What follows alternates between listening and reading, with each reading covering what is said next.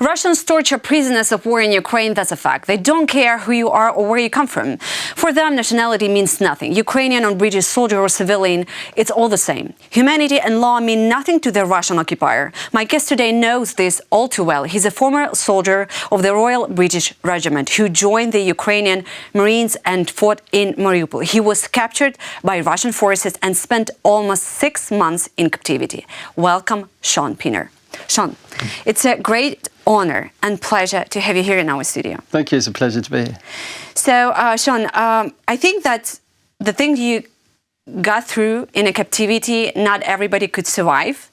So, first of all, I want to thank you for your, I think, humanity and your incredible strength. First of all, psychological strength. And I think it's a good thing to say that you have an amazing book. And it's about you being in captivity. It's Live, Fight and Survive. And it's also in English, and you can buy it everywhere on the bookstore website. So, and that's an amazing book. And I have a good news for you. You're an incredible good writer. And another thing, I'm so sorry that you got through all of this and all that happened to you. So let's explain to our viewers at the beginning. You joined Ukrainian Marines long before the full-scale invasion happened to you. What made you feel that at that moment, Ukraine's fight was your fight also? There's a lot to unpack there.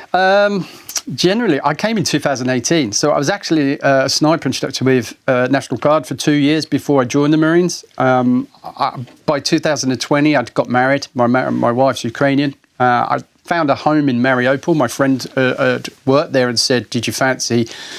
I wanted to change my life at the time, and my son went off to university. So I thought some of the happiest times I ever had were working with the military. I was in a position where I could change my life. So I went to Mariupol in 2018, became a instructor there for 2 years, but needed, you couldn't get a contract with National Guard because I wasn't a citizen of Ukraine. I was on just as an instructor.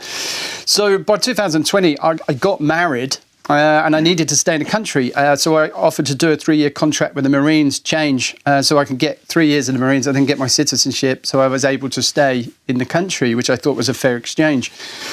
And by that time, I'd had community. I'd worked in Mariupol for 2 or 3 years. I learned Suzyk first, not Ukrainian, because I'd never had any formal education in Ukrainian or Russian, come to think of it. But generally, I just listened and copied people that were around me. And by the time the full-scale invasion came, I was already 2 years, 4 rotations. I was the first foreigner to command a position on the front line with the Marines. I passed all aspects of parachute training. Got my blue beret, which in my mid-40s was quite hard. And then once you learn a language, everything opens up. So people sort of got used to me, and I wasn't just a guy from Britain, a foreigner who came here. Mariupol was essentially my home, where my family were. So it was never a choice, really. It was. I'd like to think that most people would defend their city, defend their home, defend their family from a foreign invader. So it was never a choice I had to make. It was always going to be stay with the guys I'd worked with for several years before the full-scale invasion. Yes, and how you met the 24th of February in 2022? I was in a forward observation point about 800 metres forward of the first line. I'd spent 2 weeks preparing for the Russian invasion. We knew it was going to happen. I was quite shocked, really, that when you spoke to most Ukrainians, it was, no, it's not going to happen. And I was thinking, well, you'd just taken Crimea and, invaded East Ukraine. It's probably going to happen, and it did. And 4 o'clock in the morning, that was it. It was up, and it was on, and we were fighting Russians. Yes, and yeah, I just want to say to our viewers, it's not the advertising of the book. Actually, I'm just excited to read it in a good way, in a sad way, in all the possible ways. It's a very good one, and I think, as I've told you before, the fact that I was living with understanding what you got through in my head for the last few days, I really want to say thank to you that you came here to talk about your experience, because we're going to go through it again somehow in your head, at least. Well, so you got into captivity quite soon. Yeah, well, we held out for several weeks, and then really, after I was exchanged, I understood a little bit more. So, we were given a choice whether to surrender or try and get out. At that point in I think it was sort of around April, early April, we were in a 200-kilometre encirclement around Mariupol. I was never going to surrender because I'm British, for one thing. I'd lived here long enough to know that I didn't want to be captured. So I made the attempt to break out and get out of Mariupol, but I was captured about 2 hours outside of Mariupol, trying to break out and trying to get back to friendly lines. Yeah, okay. And so you were... How did it happen that when you were captured by Russian forces, you were alone? We got ambushed. We left, I think it was around April 11th, 12th, about 3 in the morning. It was dark. We'd built these vehicles that looked like Mad Max. They were steel plated, and we tried to break out, and we got ambushed on the way out. And when we were ambushed, we debussed from the vehicles, and we tried to break out away from the vehicles. And we really did. It was just a mess by then. It was still dark. We lost people in woods. Separated. I was helping someone, my injured transport officer, who was injured, had shrapnel in his leg, and he was really in a bad way. But once I made sure they were okay, I went to try and find my platoon, and that was it. They were gone. We were scattered to the four winds. So I made a choice that I was still had all my gear. My orders were to get to this location, about 130 kilometres from Mariupol, to join up with the sister unit. My orders were still that, and I tried to look for the rest of my platoon. And in that sort of around that area where I was, where I'd lost them, I was captured trying to find my platoon. And in the end, I couldn't find them. I thought, well, I know where I am. I live in Mariupol. All I need to do is just go west. So I was trying to find a route out, a point I could identify that would give me some sort of bearing of where I was, and then get out to friendly lines. And I was captured. I literally walked into a position about 30 meters away from me, where the Donetsk People's Republic, I didn't know that at the time, those separatists were there, literally waiting for me, and they fired a warning shot, and I had to make a decision. By that time, the sun had come up. There were drones everywhere. I made the right choice. I don't regret the choice I made, and I had to really make a decision whether I was going to try and break away or surrender. And at that point, they were very close to me, and I couldn't get out. No. So it was about negotiating my surrender then. Yeah, you were trained by the British Army, which means for us that you know what captivity means, at least on paper. And when everything happened to you in reality, you were beaten, electroshocked, they tortured you physically and psychologically, and you were isolated for quite a while. Did all the trainings you had in your life before help you somehow to deal with that? Yeah, I had resistance training some 20 years before, SEER training. It's called Survival, Evade, Resist and Escape training.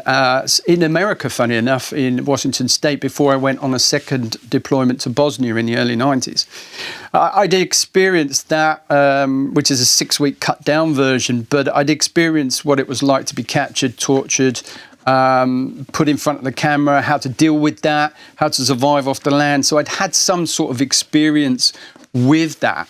But I mean, you can put that experience, but it prepared me very well. It hadn't moved on from 30 years. I understood the different stages of capture. I knew the initial capture would be the most dangerous because, it's the unpredictability of when you're captured.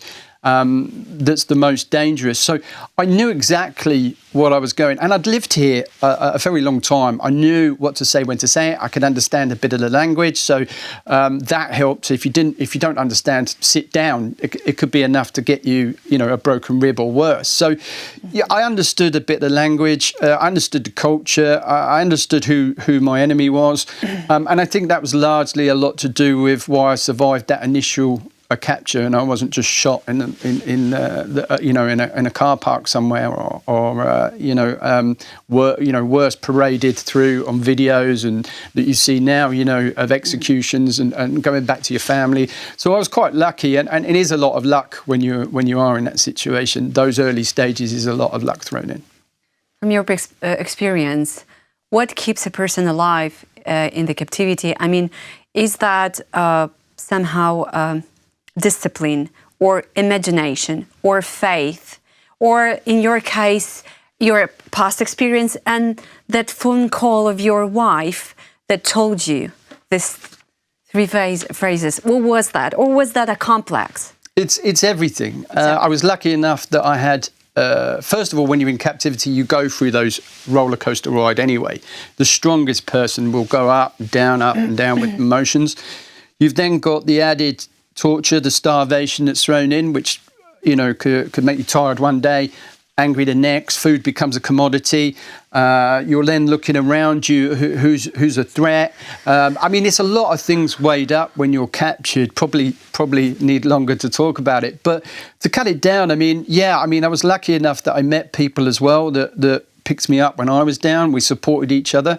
But really, getting back to your wife, you're still fighting. You're just fighting in a different way. You've still got to delay information. You've still got to have that in the back of your mind.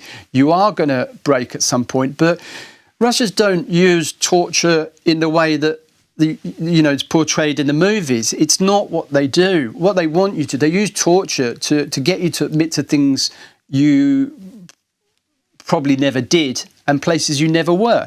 And, obviously they wanted to justify their invasion, so they were portraying me as a mercenary, a Nazi and a terrorist, which I'm neither. I never left the country, had legal status here, and I was in the military. And so I was able to argue that with them to a degree. I had to be very careful, but I was able to stick to my guns and say, no, actually, I'm a Marine. I was married to a Ukrainian. I've lived here. And over time, you realise it's going to get, the physical abuse gets a little less. But then it becomes a trial by public opinion. Then you're thrown onto Russian media long before you ever get to a court, a Russian court. So, it's a lot. And then you've got to have that hope. You never should lose hope. And then that will to get back to your family, your wife, and keep going. You never know what's around the corner. So you have to keep fighting. It's just in a different way. But there's not much you can really do about when you're starved or stabbed in the leg or electrocuted. Or you just have to roll with the punches, as we say in England.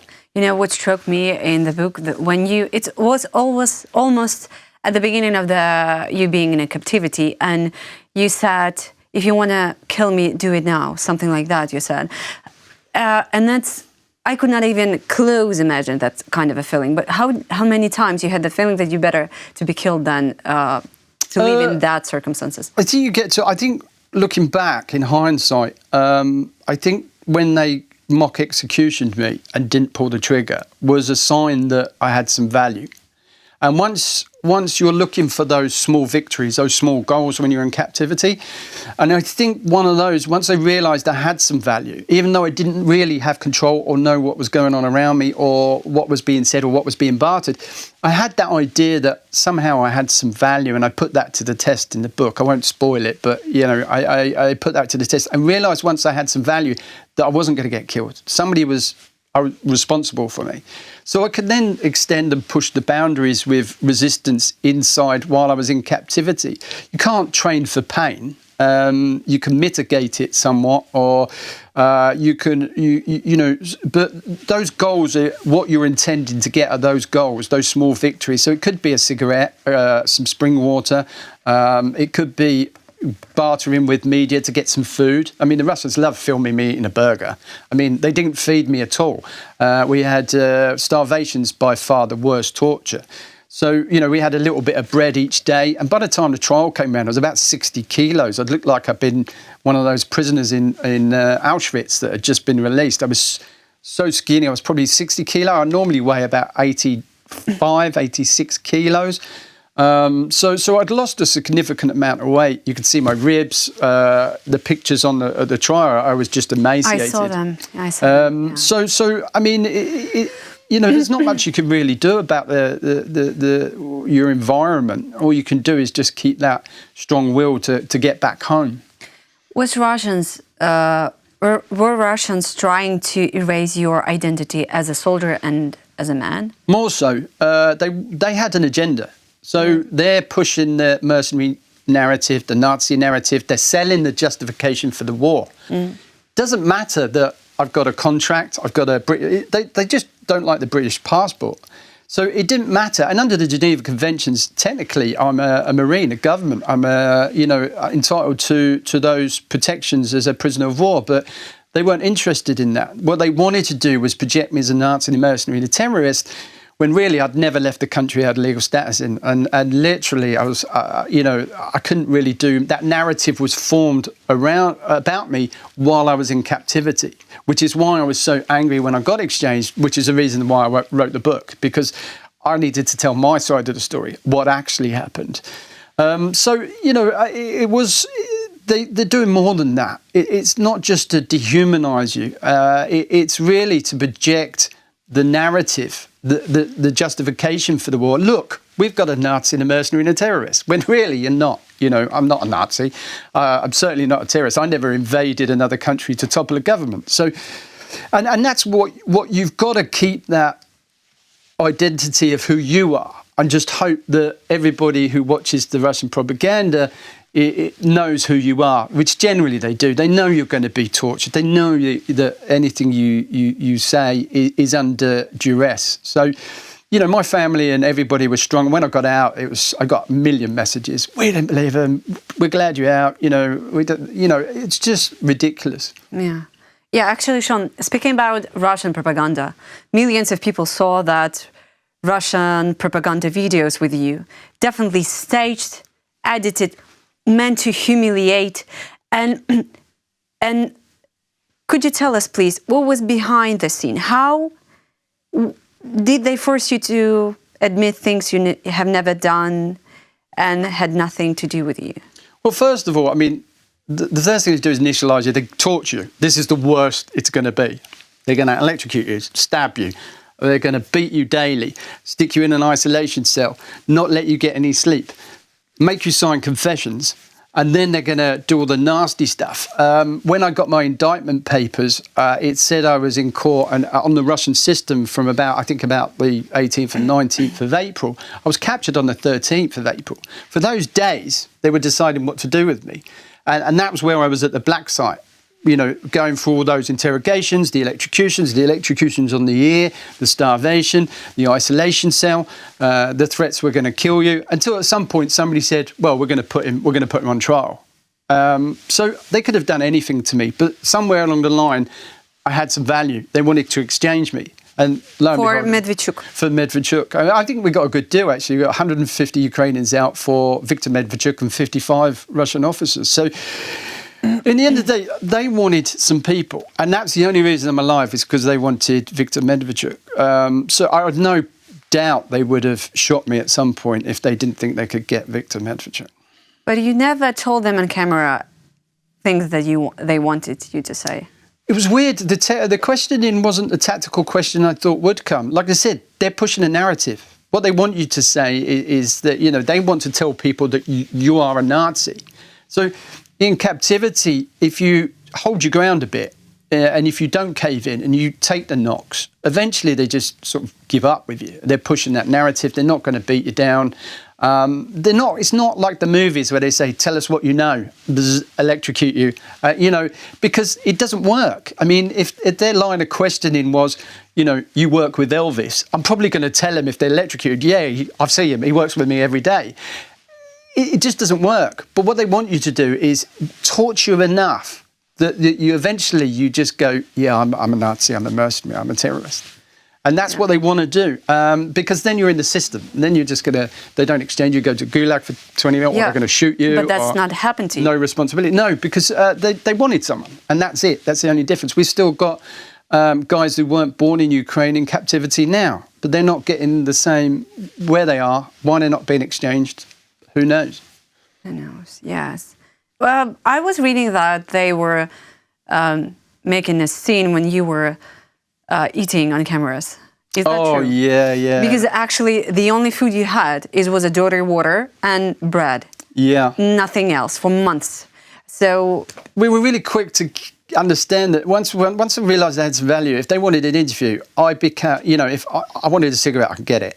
Or and I'd try my arm and get a burger. And they'd film me, look, we're treating him, look, we're giving him a burger. And the fact that I looked like so skinny by the time I got to trial, even though they filmed me eating a burger, it was just like back to the same people that were beating you in the black site, which is, for those that don't know, black site is an area or a filtration camp that you don't know where it is. It's underground, you don't know where you are. It's off the record, it's off the books. So the same people that were doing the camera work were behind the camera, were the guys beating me in the black site. So you couldn't, because if you said anything that they didn't like, they would just take you back to the black site and beat you again.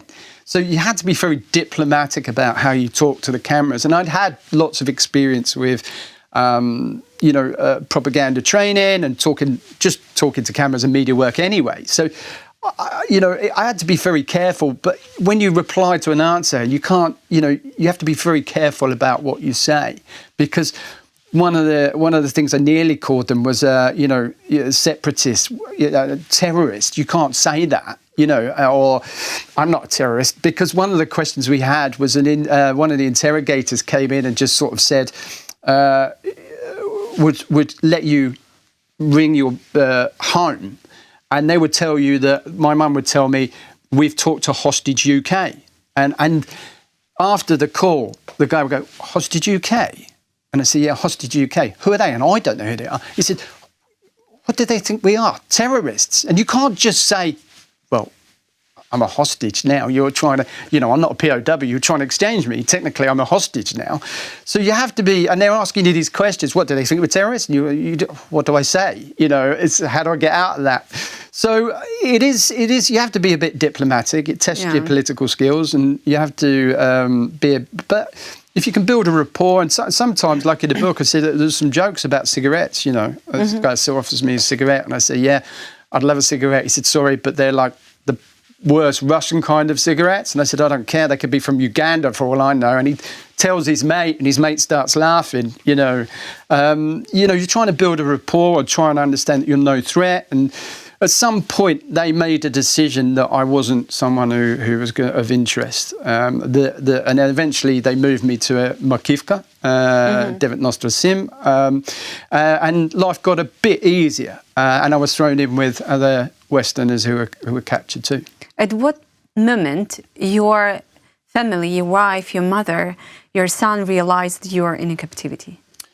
What was that, a video or? I don't know really. Afterwards, when I got out, I started to piece things together. They were told I was dead like 3 or 4 times. They'd found my passport. Before they caught me, they found some identity documents. Because when they moved in, they went into the bases. They went into the offices in Mariupol. They pulled out all the contracts and the information. So generally, they knew who was around in that area.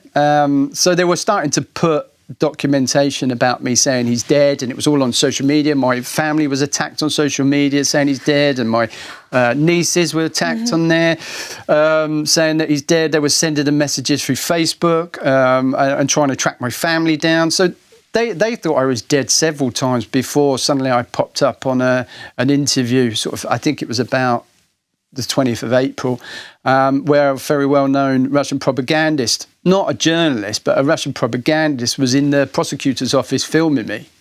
So, straight away, they were in there with the propaganda and the trial by public opinion, like I said, long before I ever got to court. And when you were held by its so-called Donetsk People's Republic, those, Russian-backed people, separatists, they were saying that Ukraine have fallen, that Ukraine is already under Russia, and etc. Did you have any doubts it is true, or you had this gut feeling that some intuition that they are lying? No, I didn't. For the first 2 or 3 weeks, I didn't. There was an English guy came in, and for 2 or 3 weeks, after I was captured, there was just me and eventually a couple of Ukrainians. And the story goes is that they were making so much progress at that early stage that we had no idea if there was going to be a Ukraine. We didn't know if they were folded, they were fighting back. So for 2 or 3 weeks, the main conversation was, how am I going to get out of this? Because if there's no Ukraine, it's all going to be Russia. How am I going to get out? And then another prisoner came in next door, a guy called Paul Yuri. Unfortunately, he was beaten to death in prison. But when he first came in, he said to me, I took up... The one with the diabetes? Yeah, that's right, yeah. And I plucked up the courage to talk to him after a couple of days and just sort of said, hey, do you know what's going on? And he says, no, Ukraine's fighting back. He said, we sunk the Moskva. And he said, no, there's loads of guys. There's foreigners coming in, bundles of them. He said, they've stopped, they've stalled. And we were like in the cell. And there's a camera watching you in the cell. And we were in the cell. And I'll tell you what, even the goosebumps now, it sends up. Because we were like, yeah, come on. We're fighting. It's not a rollover. But for 2 or 3 weeks, we didn't know how it was. But that information was really critical to, when you're at the bottom, to pick you back up and think, we're going to get out of this. They're fighting. And also in the book, you describe how even a glance or whisper or even somehow a tap on the wall between cells could mean everything. What that human connection mean in the captivity? Oh, it's massive. I mean, I write about what we call gallows humour, and literally I was on death row. So if you've got... Oh God, we didn't say that you were on the... Yes, you were sentenced to death. Sentenced to death, yeah. I think that's... I can relate to it more now than I could ever... that term gallows humour, now I was literally on death row. So the humour stayed intact. So the jokes were still there. And to the point we started to fight back against the system. We started to use the Donetsk Code of Practice, understand the law, started to fight back internally, delay court cases. We were successful in doing that. We started to fight back in captivity the only way we could. But generally, the social interaction was exceptional. I mean, just a little humour. When Brahim, the Moroccan, we went for our first shower, went upstairs, they beat us, they hooded us, threw us up the stairs, threw us into this shower. We had 15 minutes for 3 of us to have a shower, and this thing was like drip, drip, drip. And then what happened then was we got taken out, not even a towel given to us, soaking wet, hooded again, thrown down the stairs, hit with batons, thrown back into the cell, and we're sitting in the cell panting, and Brahim says, I think I'll skip the next shower day.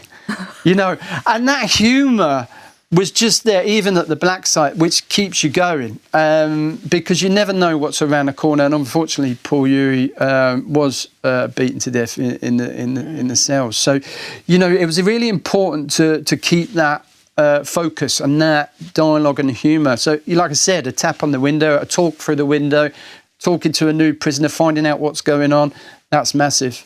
The thing, you have this thing about seeing the details in people. So you were sentenced to death and you were still noticing the accent, the shoe, I don't know, the haircut. And is that your own thing, or that what you taught for? Well, part of it, yeah. I think there's a degree of security in the military, whatever aspect of the military are. Just some have more security and understanding the military. I'm deeply suspicious than others. But I think really, it goes back to when I used to run a pub. I used to run a pub for 2 or 3 years, and I really enjoyed it. But it made me the best social profiler. That should be in my next job, to be honest, because when you see someone come through the door, you're thinking, are they going to spend money or are they going to give me trouble? And generally the different characters in that pub, you could go to another pub and they would be the same characters, just different faces. And then you get really good at understanding these different types of, that doesn't change even in captivity. Even noticing things like if the floors were shiny like in here and the boots were shiny, there was structure. It meant I wasn't likely going to get killed there. But if somebody would pick me up with dirty, muddy boots and look like they've just come off the front line, because all I can see is this sort of area in front of me because I've had a hood on most of the time.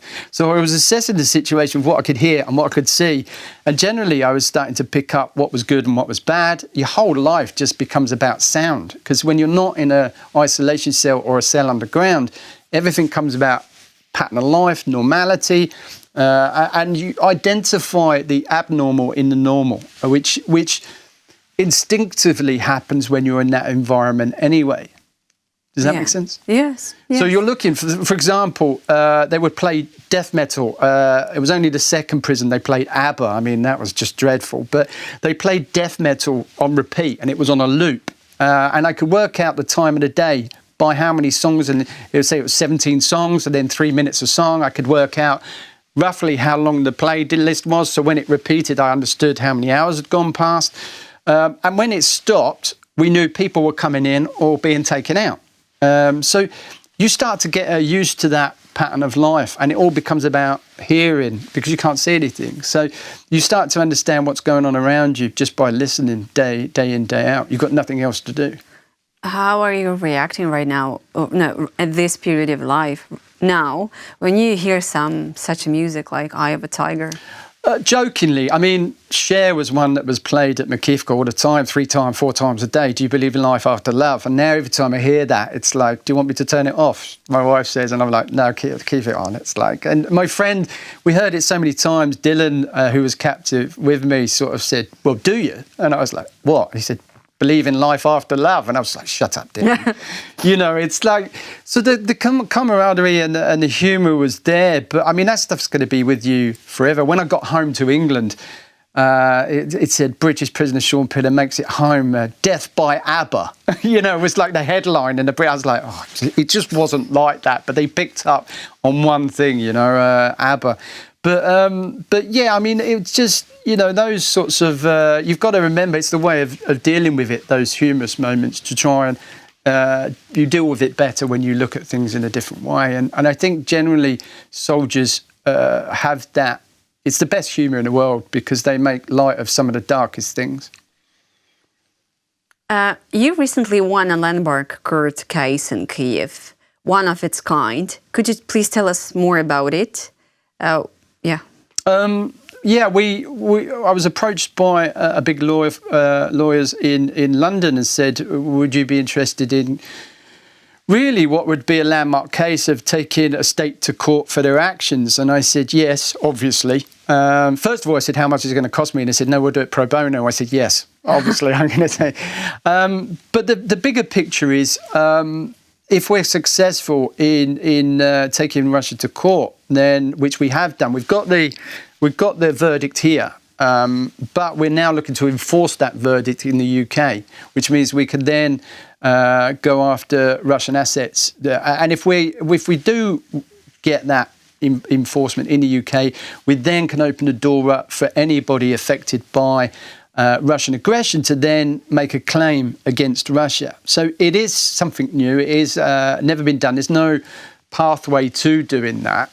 But, you know, we've got very good lawyers looking at that because all my stuff was documented by the Russians. So it's not like I've made it up. I mean, they've put it out there. They love video and everything. I know my torture videos out there because they showed me it. So eventually, you know, maybe someone's got it somewhere already. I don't know. But all the propaganda, all the courts, the sham courts, all the interviews, Russians put it out there. So we're able to get a great timeline from my medical records to the injuries that are done, the photographs of the injuries that were done, through to the breaking of the Geneva Conventions, through to, I mean, it just keeps going. It just keeps going. So there is a case, and we got the verdict here in Kiev, and now we're just waiting to go to the UK courts to enforce it, which would be great if we win. Yeah. Do you believe that the accountability will ever reach to those who gave the orders? For some, I keep telling people it's not going to be straight away, but it will do. If Russia has to come back into the real world, it's going to have to settle these lawsuits, which is why we're putting it in the first place.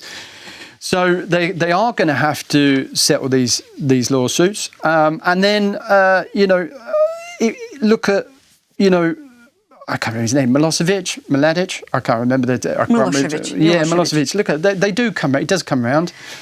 If we can seize their assets, that's even better. We can start getting money for people who have had. It's not going to replace people or property or lives, but some people have lost everything. Yeah. So, including me, my house was in Mariupol. I can't go back and get my house. I got the death penalty if I set foot in Russia, and they're going to sit me in a gulag for the rest of my life. So they've stolen my house, my community, destroyed my life. We deserve some recompense for that. And also, then on top of that, the way we were treated, electrocuted, stabbed, starved, thrown into the judicial system with sham trials. And yes, they did exchange me, yes, but that was only for Viktor Medvedchuk. It wasn't anything out of the good graces of their heart. They just wanted somebody in return. So, we want justice, and that's what it's all about, is getting justice for all those people that have lost everything. Yes. Actually, last year I had a meeting with people from the criminal court from the former Yugoslavia. And after the war, people still await any information about the soldiers who killed their whole families. And they still calling to the court, to the prosecutors, asking what happened. Are there any news? And actually lots of, it's a very complicated process from what I understood. And sometimes those soldiers, they're changing everything. They're doing plastic surgery, what they told the prosecutor. They're changing their identity and everything. So, but there are some success, but it's just super rare thing. Yeah, it's gonna be. You're not gonna get everybody because of the. For one thing, the front lines move back and forth, back and forth.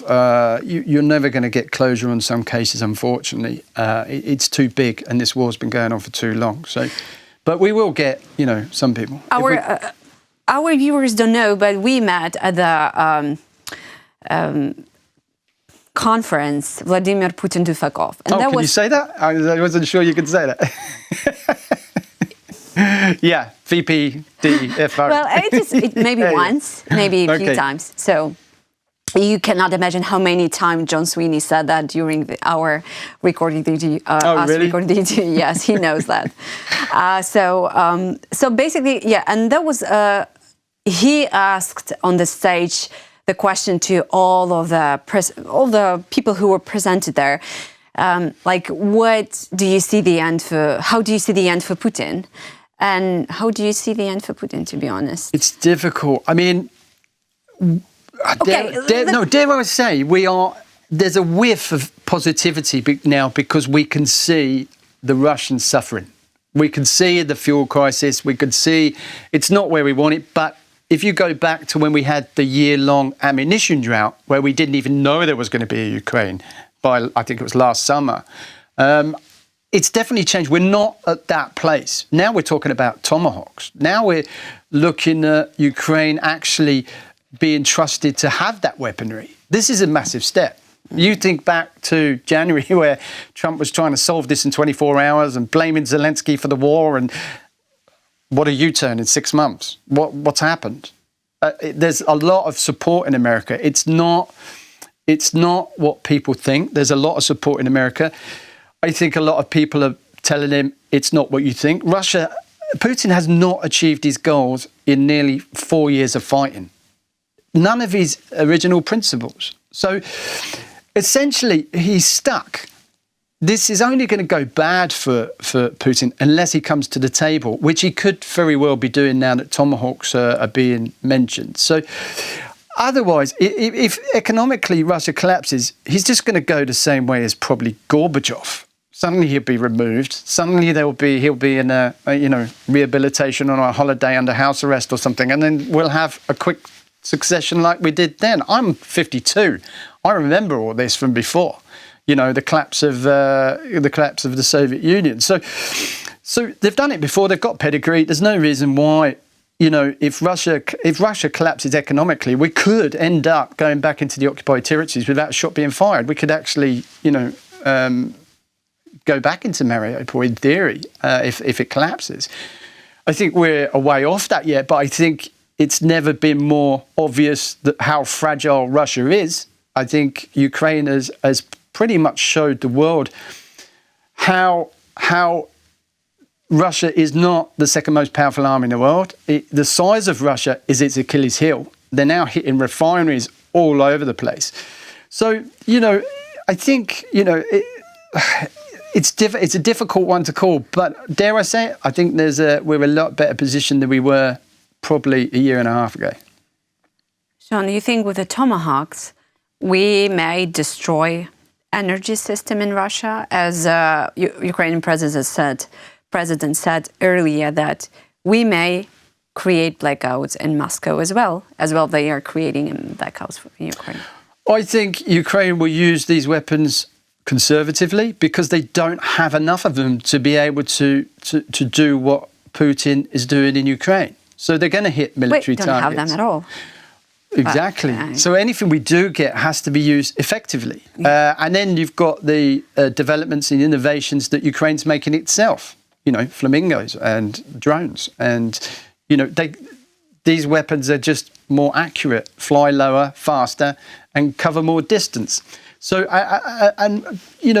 essentially, you've got to remember this was a 3-day war for Russia. Yeah. Now we're into a 4th year, and economically they're teetering. Essentially, they're only taking a few hundred meters here every other day. So I think there's a lot of you can take a lot of comfort in the fact that the Ukrainian military are holding. It's not we don't have the tools to be able to go to take Crimea or take back Mariupol.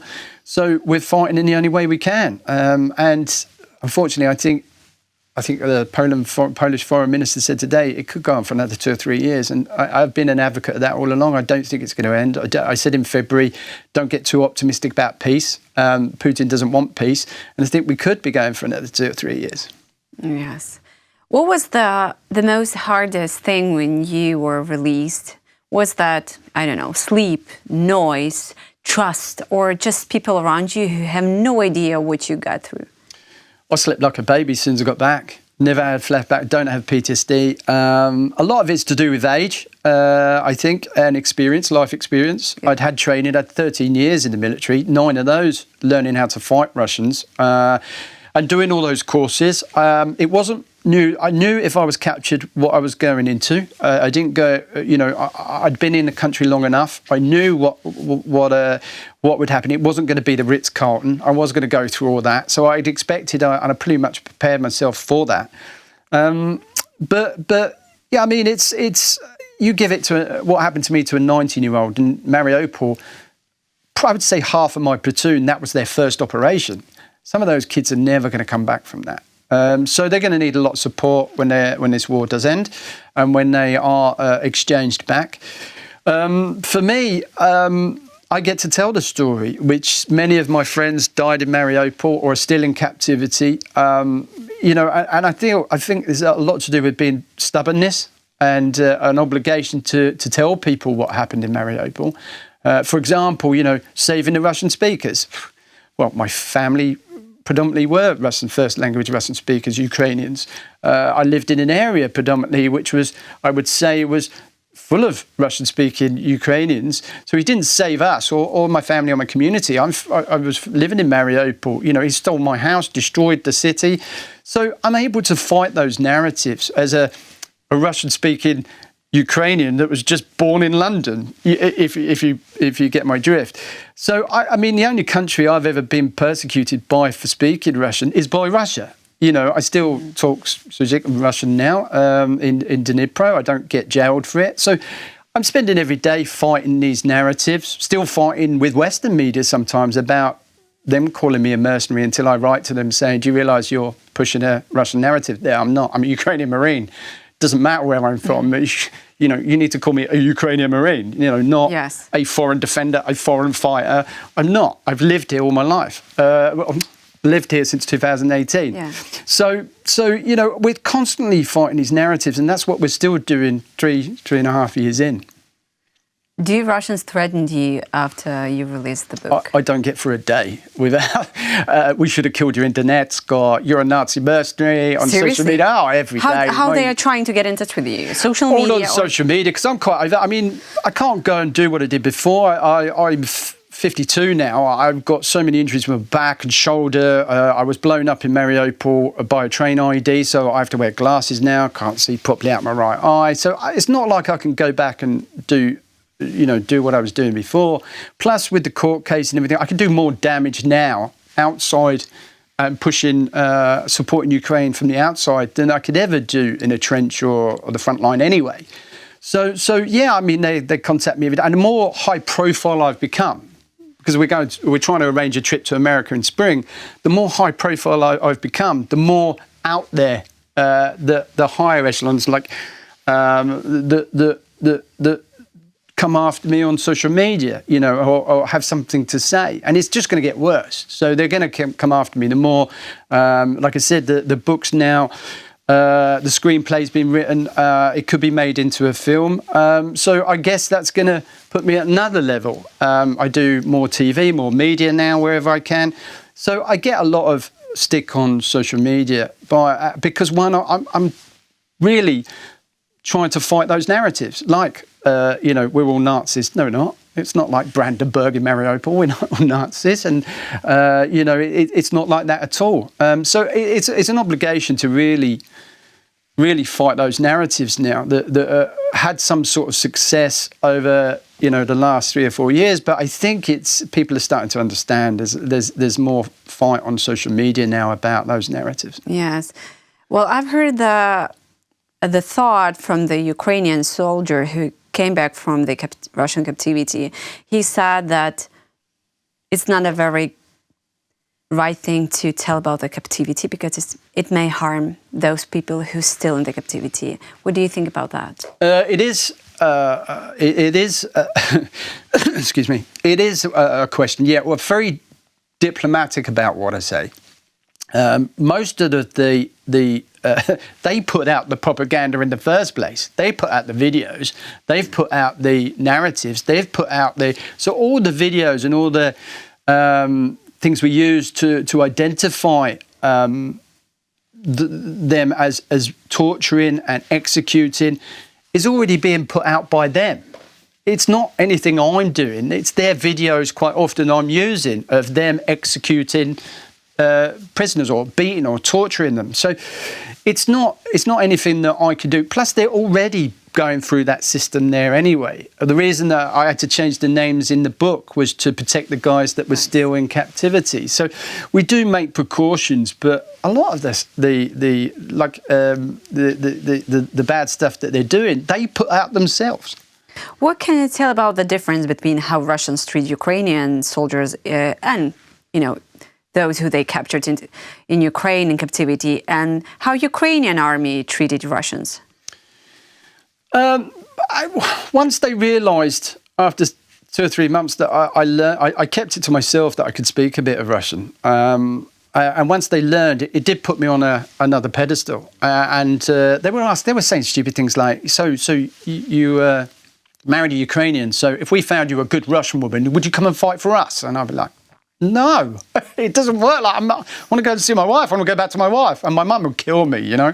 So like they would try that on all the time on interviews and things like that. And you know, like I said, over time it does get a bit easier because you have some value. Suddenly someone's responsible for you. Suddenly you're going to be swapped for Victor Medvedchuk. And then suddenly nothing, you know, nobody's allowed to touch you. So it does get a bit easier, but no, I don't. At those early stages, we're not treated any different. Ukrainians get it a hard time. The ones I was with were getting it the same as me. I was in a cell with a train driver from Mariupol, 19-year-old, who was just getting the same treatment I was. And he was nothing to do with the military. So, you know, that should tell you everything. Shaun, time flies speaking with you and listening to you. Thank you so much for your courage, for your insight, for your honesty. And we will wait for if somehow the movie comes up. I wish all the story will be on screen someday. And the more people will see it, the better. Oh, I hope so too, yeah. We can only hope. We can only hope. Thank you so much. Thank you.